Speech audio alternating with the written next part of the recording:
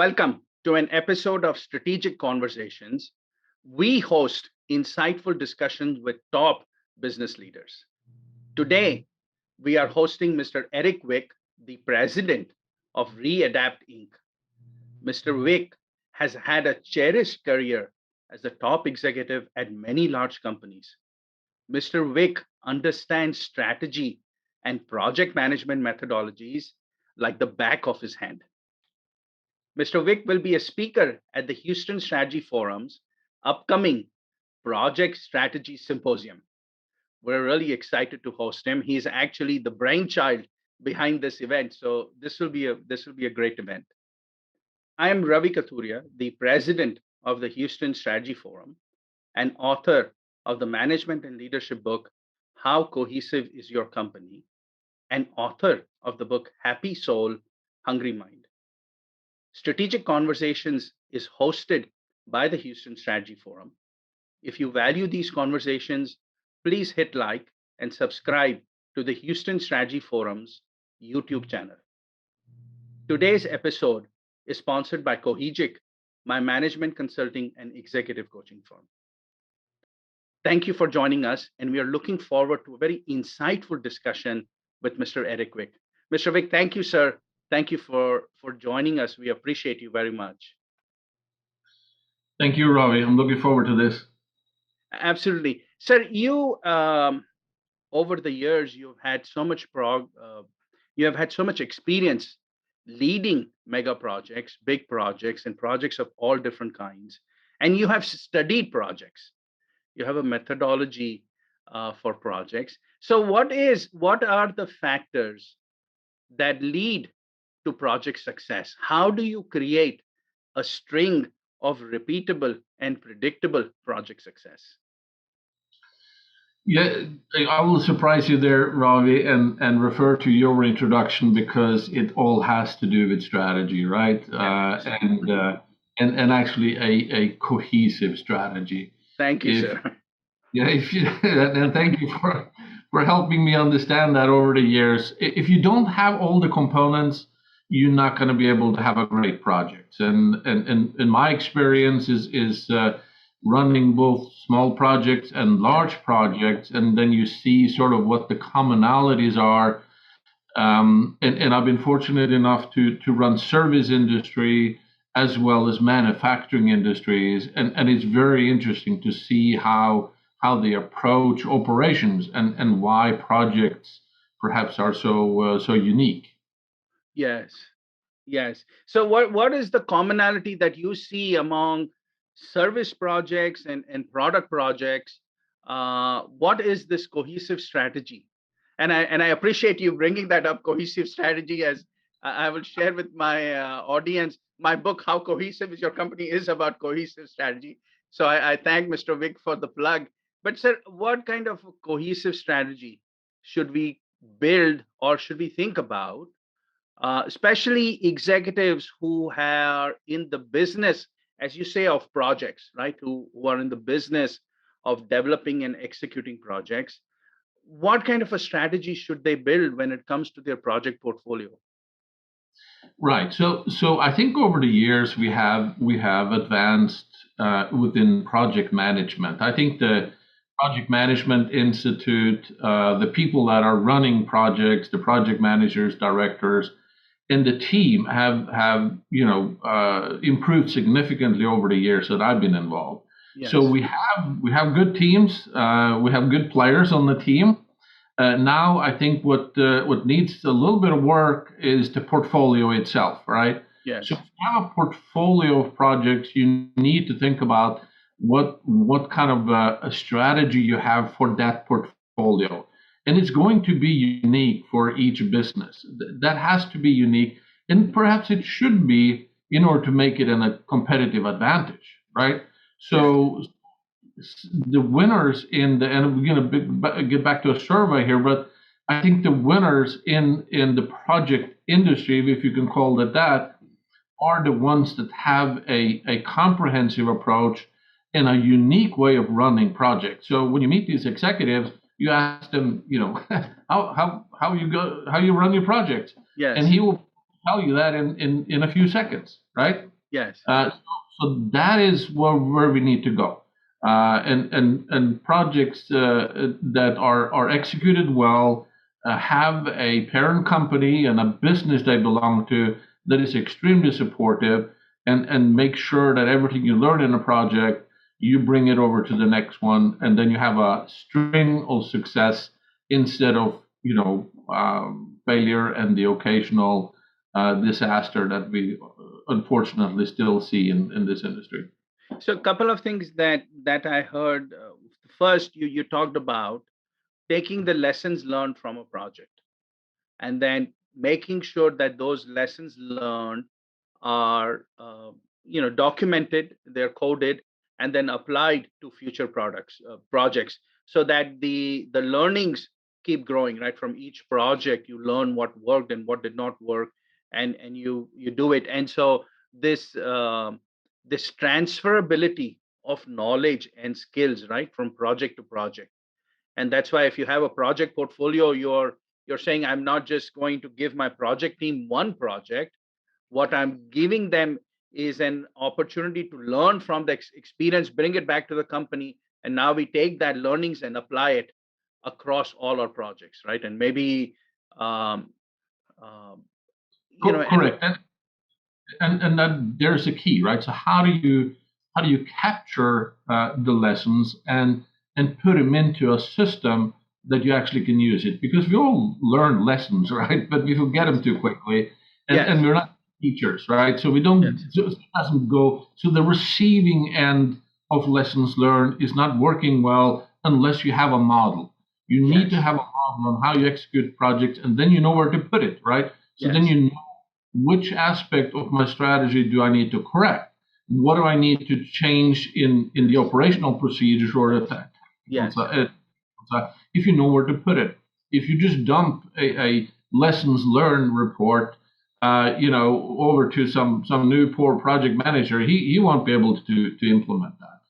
And so that's a very important key in order to develop that successful model, right? The one you can yes. use over and over again, and the one that's going to be your competitive edge.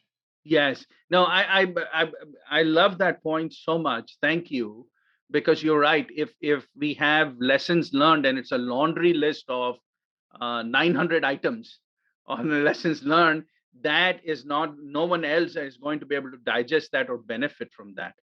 Right. Those lessons learned, and to your point, if there is a project model where they have categorized what the project components are, and then there are lessons learned in each of those areas.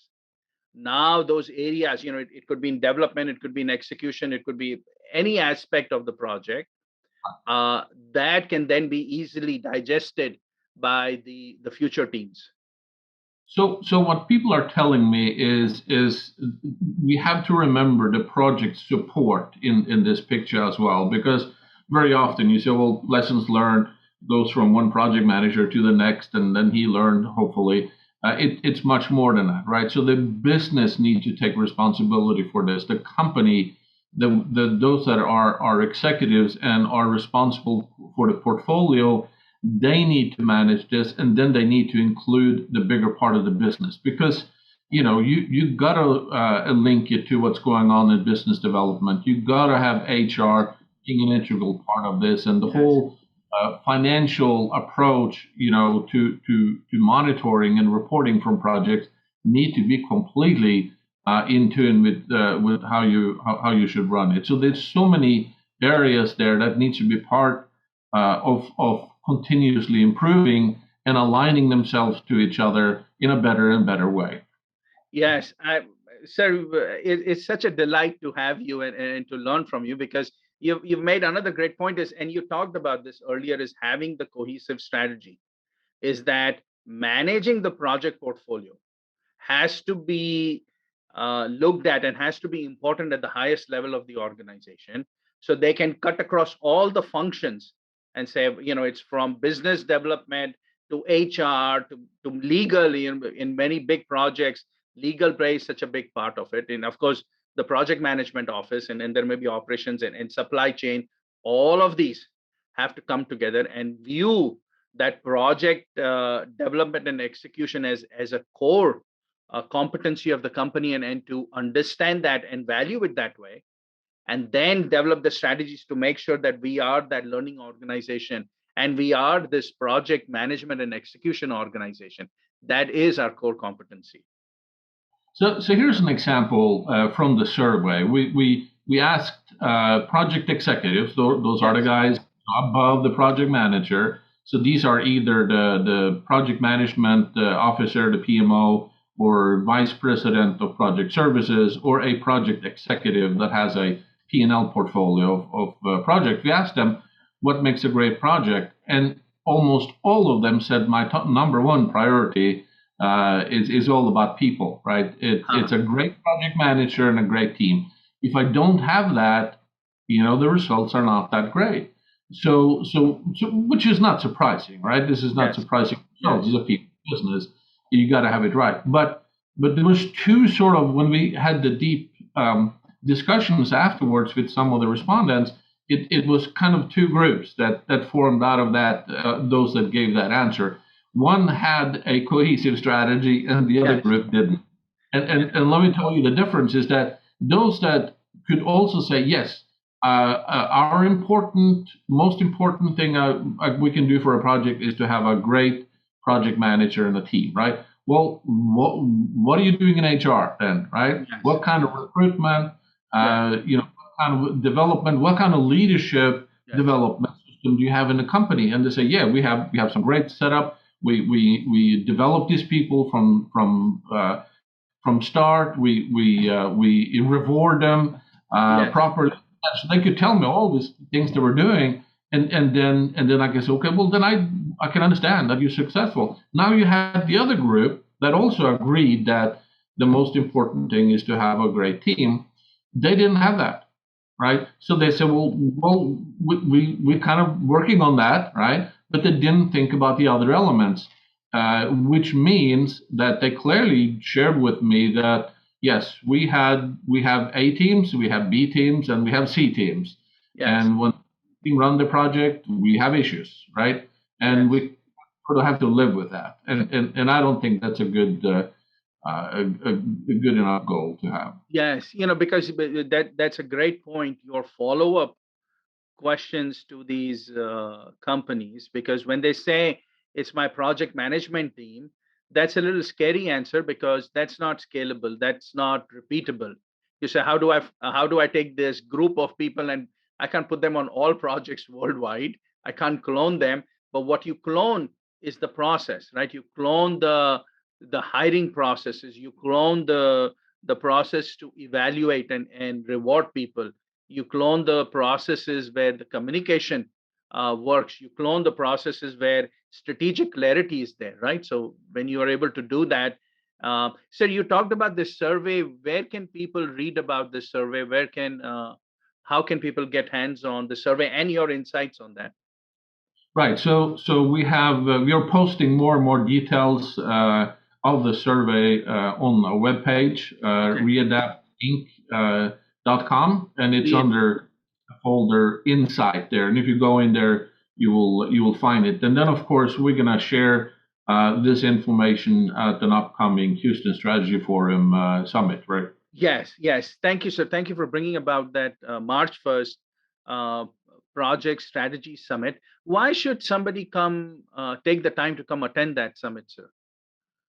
So, as I mentioned initially, this is not about project managers, right? And I think there's a profession now. It was not when I was a project manager. There was no such thing. You have to explain to everybody, oh, you're a project manager. What does that mean?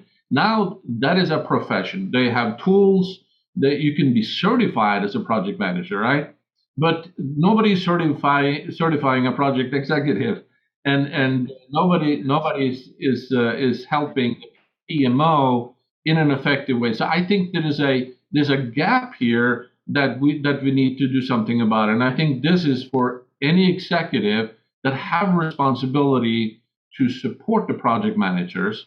Any executive that has accountability for the profit and loss of projects, they need to come to this forum and discuss with us, and we'll share the results. and we'll have some good discussions about it.